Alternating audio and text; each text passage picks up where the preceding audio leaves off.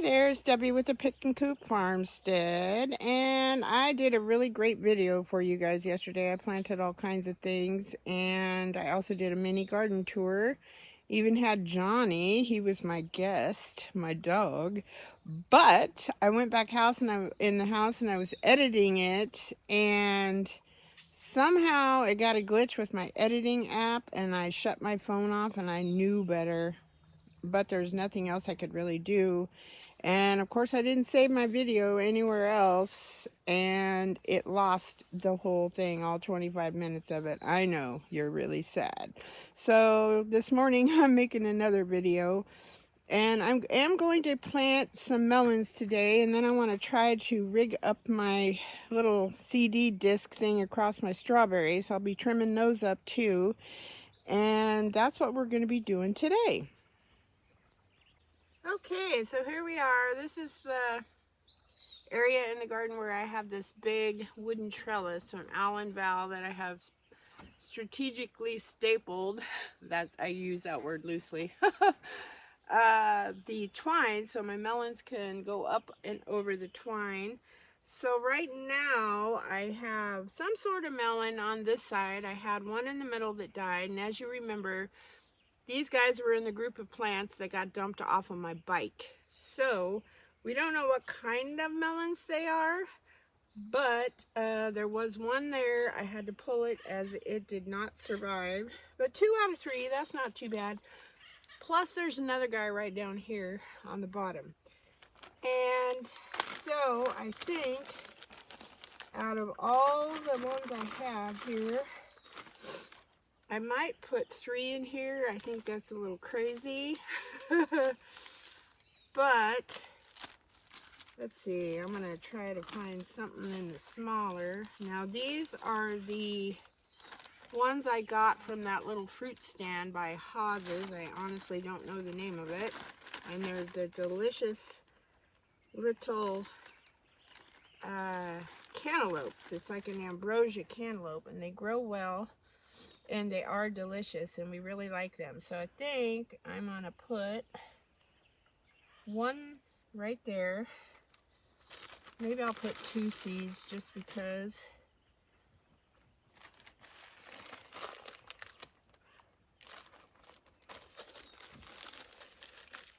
And then I have these ones my sister gave me. I don't know if they're MI Gardener seeds or not.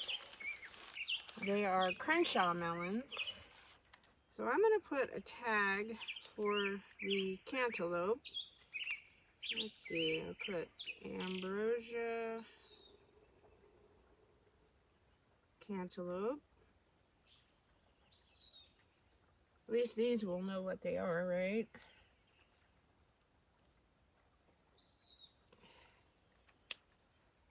And then right in the middle, I'm going to put a couple of Crenshaws. And I honestly don't know what Crenshaws are, what they taste like. But I'm going to try. I tried germinating these in the house and they didn't do so well. So I'm going to try direct sowing them and see what they do. And then let me grab a tag for those. I forgot. I was just going to do one kind. Okay, I got my tags. Okay, so we need to write Crenshaw on here. I could very well have these items already growing on both sides and in the middle on the other side. I do not know. So I'm going to write Crenshaw. Keep our fingers crossed. Do a little garden prayer for me. And then I think the other one I'm going to do is honeydew.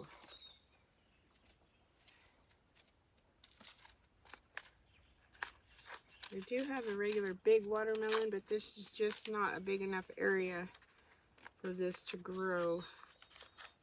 This way I can at least hammock the melons as they go up, and then I'll have room. But if I did a big watermelon, I would not have room.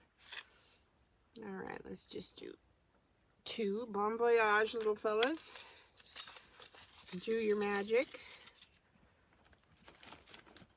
Okay, let's write honeydew.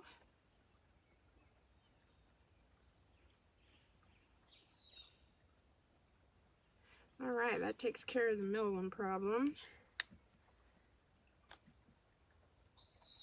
I'll put that on that side. Okay, let's kind of cover them up.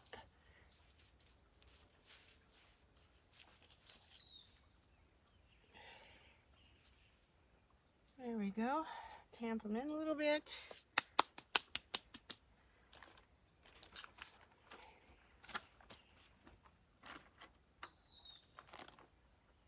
Give them a little bit of water.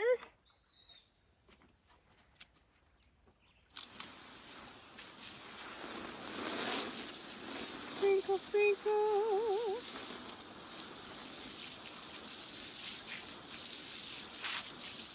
And again, I'm leaving the straw back until they pop through the soil. And then when they pop through the soil, then we can move that back. Now I'm kind of debating, if I come to the other side of this, let me move my camera. I might plant a melon on the other side. I'll move my camera down so you can see. Okay, so I found a little spot right here on the opposite side of where we just planted. I've got peppers in here, and there's a little melon of some sort, and it's having a hard time for some reason. It's starting to get new growth on it, though, so I don't even know if he's going to make it. But this one, I just found a spot, and I think we're going to do the roadside stand up from Haas's. They're watermelons. They're delicious. So I'm going to put Haas. I call it Haas. It's not Haas, and I apologize for that. Watermelon. There we go. And they're big, but maybe I could make big hammock for them. I don't know. We'll see. I can always transplant them. We'll see what happens here.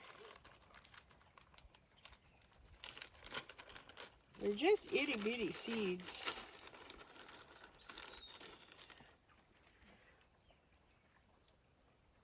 There's one. I'm going to put 3 in here.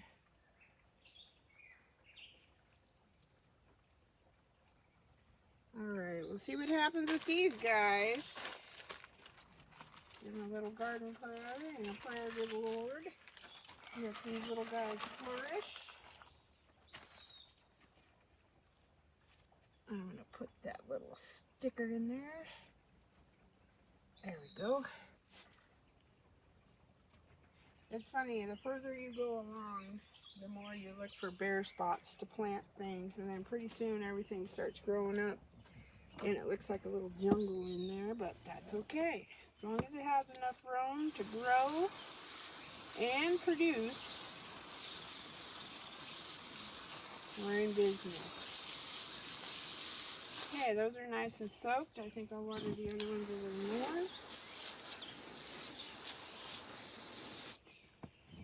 Okay, so yesterday I planted some zinnias and, gosh, I can't even remember, zinnias and some basil, some beets. I'm trying to look around to see what else I planted. Beets. Oh, let's see, what else?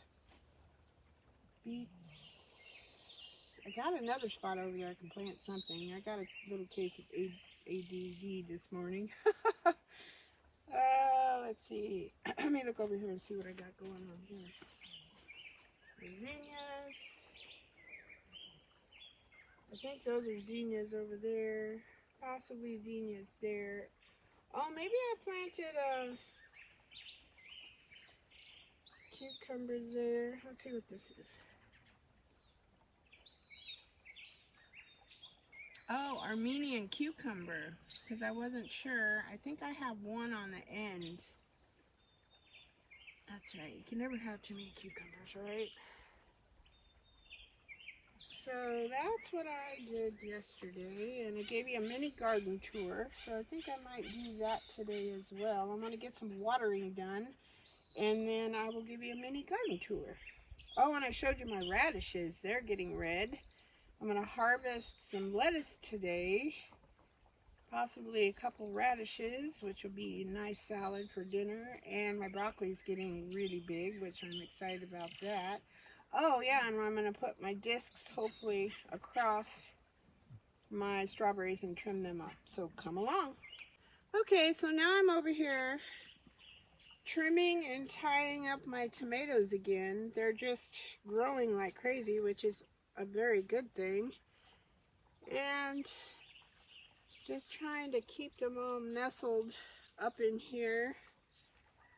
Don't want to shade my radishes, which are right down in here.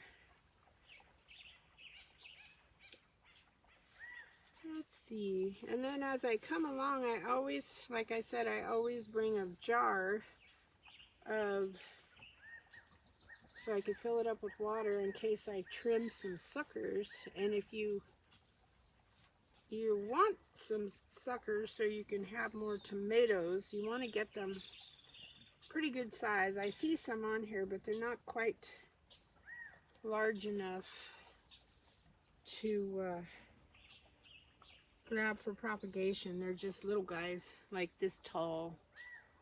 You want them probably about that tall. And you just snip them and immediately put them in water because they wilt pretty quickly. So there are a couple of branches though. I always trim from the bottom,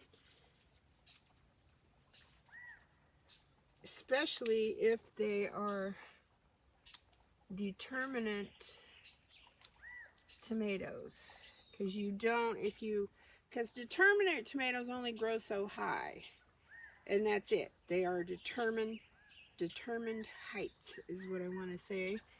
And so you definitely don't want to trim from the top on those guys. And these guys, I do not know what they are because they fell. Oh wait, I'm lying to you.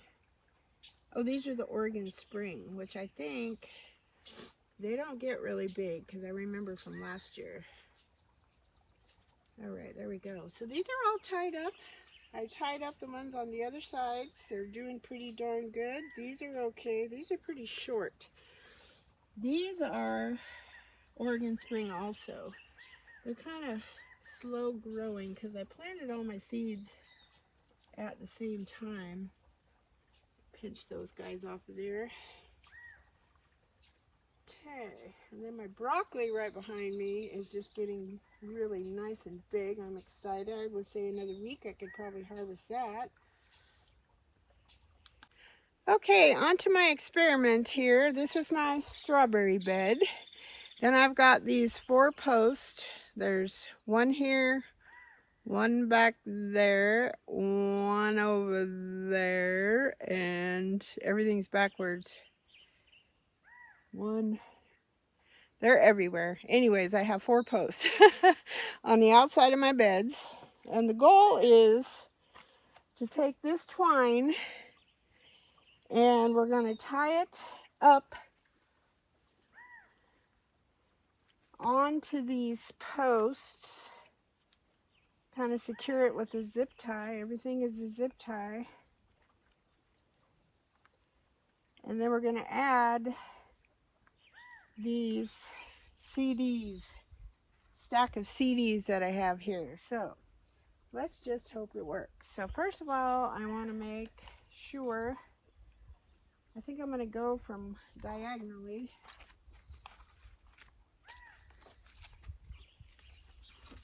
There, that's plenty. And we'll cut that. Do some extra because I want to tie these on as I go, otherwise they'll all slip down in the middle.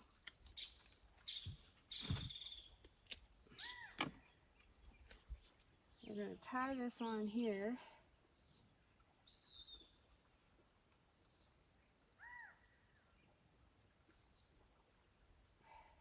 Go.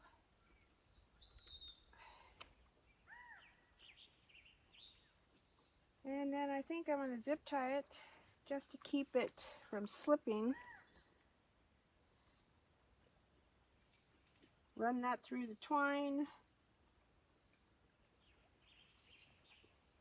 Of course I did it backwards. There we go. Run that through the twine. Put it on top of there. There we go.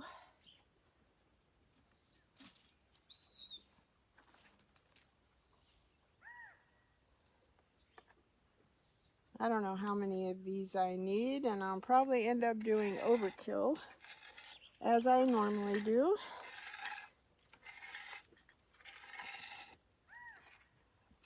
And I'm just going to kind of tie them on like this.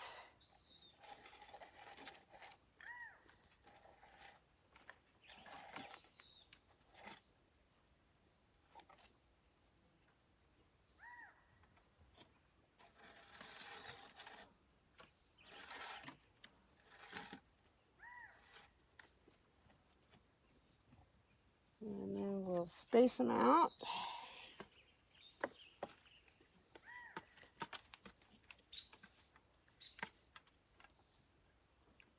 I don't even know if this is going to work, but it's worth a try. It's what I have to work with.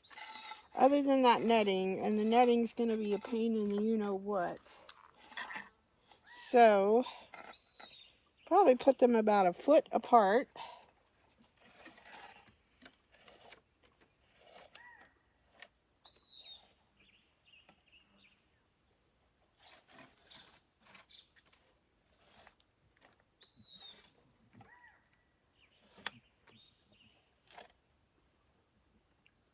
That's about right. Can you see that?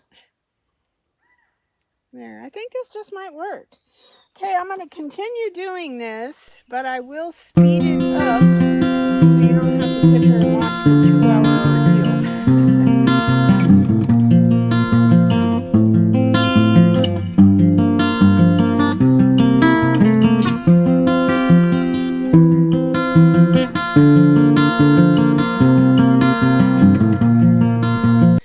Okay, so I got that all done, and it kind of came to fruition how I planned it. Whether it stays that way or not, and whether it helps or not, is another story. So let me show you kind of what it looks like, and then we'll go into a little garden tour. Okay, so I have my 4 posts. I tied on my twine, and I X'd it across there, and about every foot oops, sorry about that. I didn't tighten up my thing. Oh my. Okay, here we go. It's having one of those mornings out here. So at least my idea worked. I tied it on, then I zip tied it to that. I imagine I'll have to tighten it up eventually. But here is, it's the X goes across and then over there.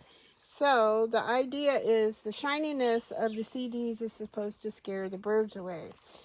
Now I'm also going to put a little shallow dish of beer out here just in case it is snails or slugs. I don't see any evidence of them, but I'm not really sure. I'm pretty sure they're birds, but I'm not positive. Okay, so now into the garden tours. We've seen the strawberries. We've got, look how big compared to my palm my broccoli is getting. I'm so excited about that. Everything's growing nicely. The peas are growing up taller and blooming out. More broccoli, kohlrabi, cabbage, which you can see a little head right there.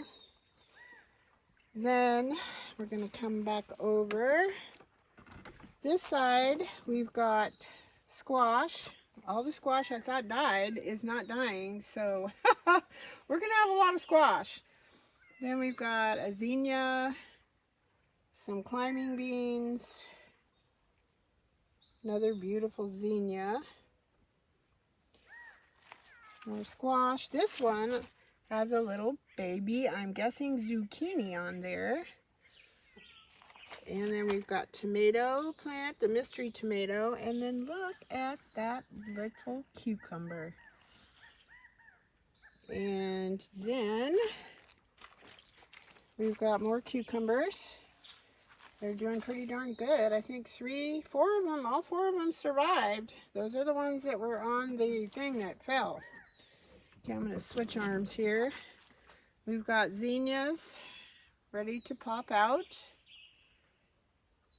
More zinnias. And look at this little beauty. Isn't that gorgeous? Oh, look, this is new. A little yellow guy. My amaranth.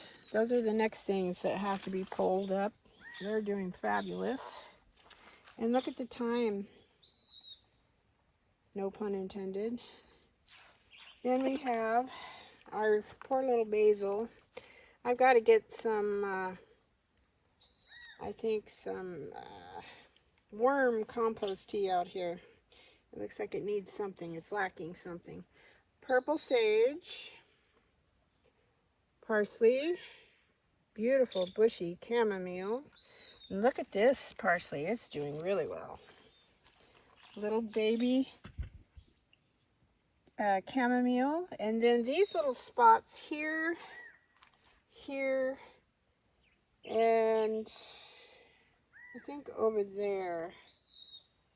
I planted more basil. That's the video I did yesterday that didn't turn out. These are getting munched up. I kind of pruned them back so they're bushing out, so that's a good thing. And this is that curly leaf parsley. I've never grown it, but it's looking really well. And look at this little chamomile. It's ready to bud out. I planted some dill. It hasn't popped up yet. My poor little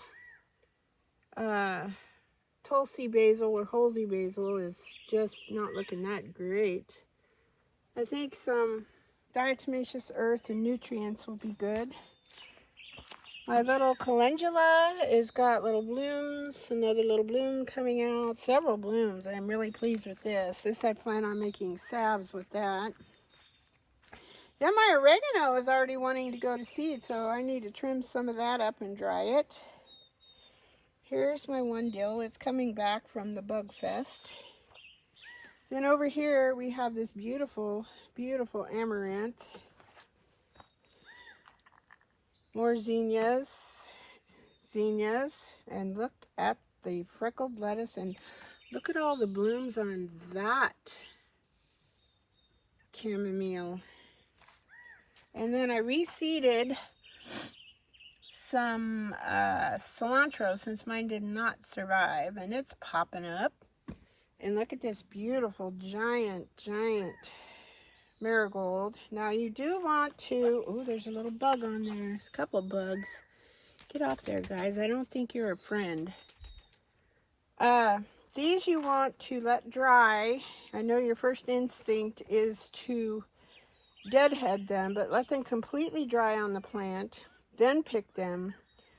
Then take them in the house and let them dry for another week or two. And then I store mine, just like I do my zinnias, in a paper lunch bag. That way it can breathe and it keeps them protected.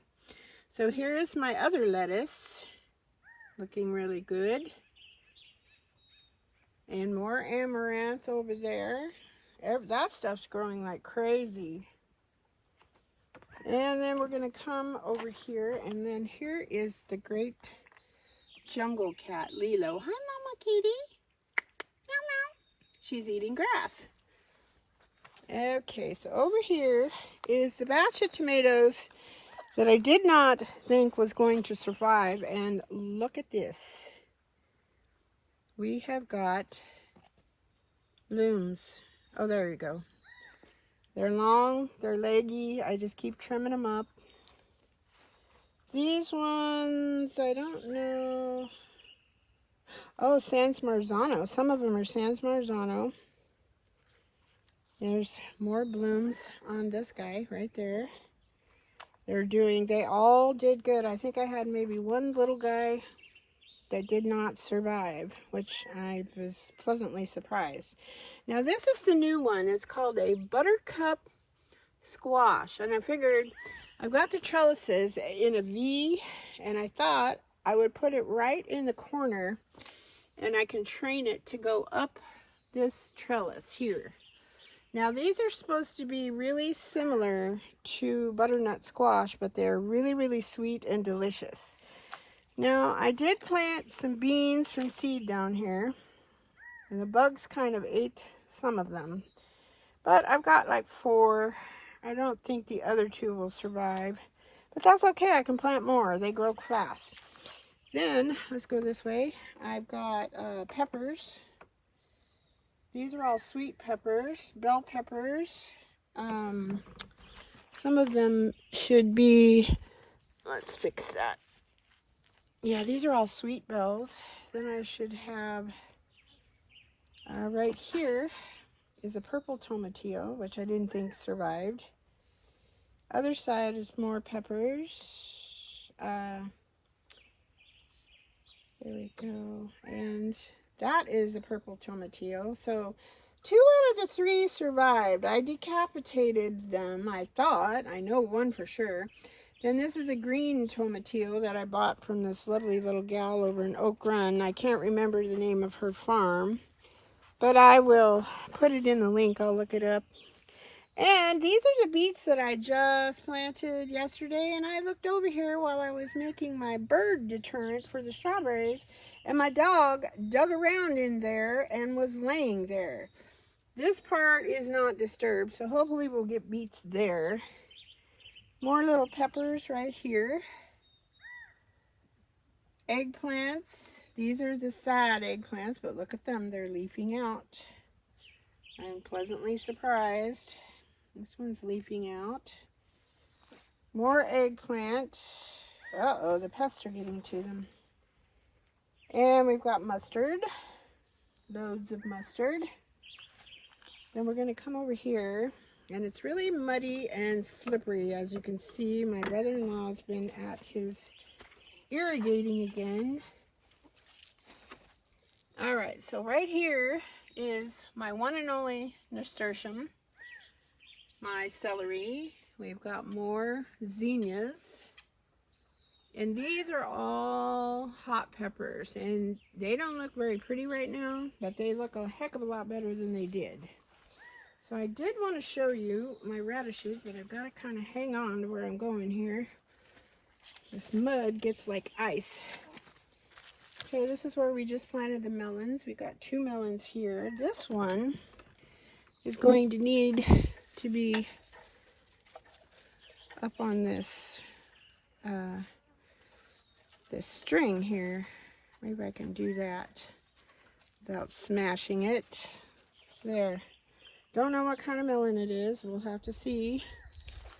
Then here are my beautiful tomatoes. The ones that are doing really well. And we've got radishes. More beautiful tomatoes blooming. And I've got to show you, I know there's a actual tomato here. Right. Let's see, where are you, little tomato? Right there, I've got a little tomato. I'm excited. That is a Oregon Spring. They make great sauce tomatoes. I used them for that last year. Then over here, we've got more tomatoes. Really blooming like crazy. And some beans. Now, looky here. This is my little radish bed. Look at the radishes. They're not quite ready. I thought they were. I thought I was going to be able to put them in my salad. Another view of the cruciferous bed. Tomatoes. Then on the opposite side, I planted some, what did I put in here? Zinnias. I planted, what did I put over here? Oh, an Armenian cucumber. This was yesterday. And I've got sunflowers, and then over there I planted zinnias in the corner. We've got some squash and my cucamelons. I thought they died. Look at those things. They're growing. Another type of, I believe it's a squash of some sort. I don't know what. And then we've got, they're not looking good. That is my, this guy is my my loofah. And I think that's an Armenian cucumber, not sure. These are all peppers, hot peppers. These are a mix that I use. I grew them last year, and I know there's jalapenos. I think there is serranos, and there are, what do you call those things? The red cayenne peppers. So here we go. All the little hot peppers. And they're snapping out of it too, which I'm pleasantly surprised. So then we're going to go back over here.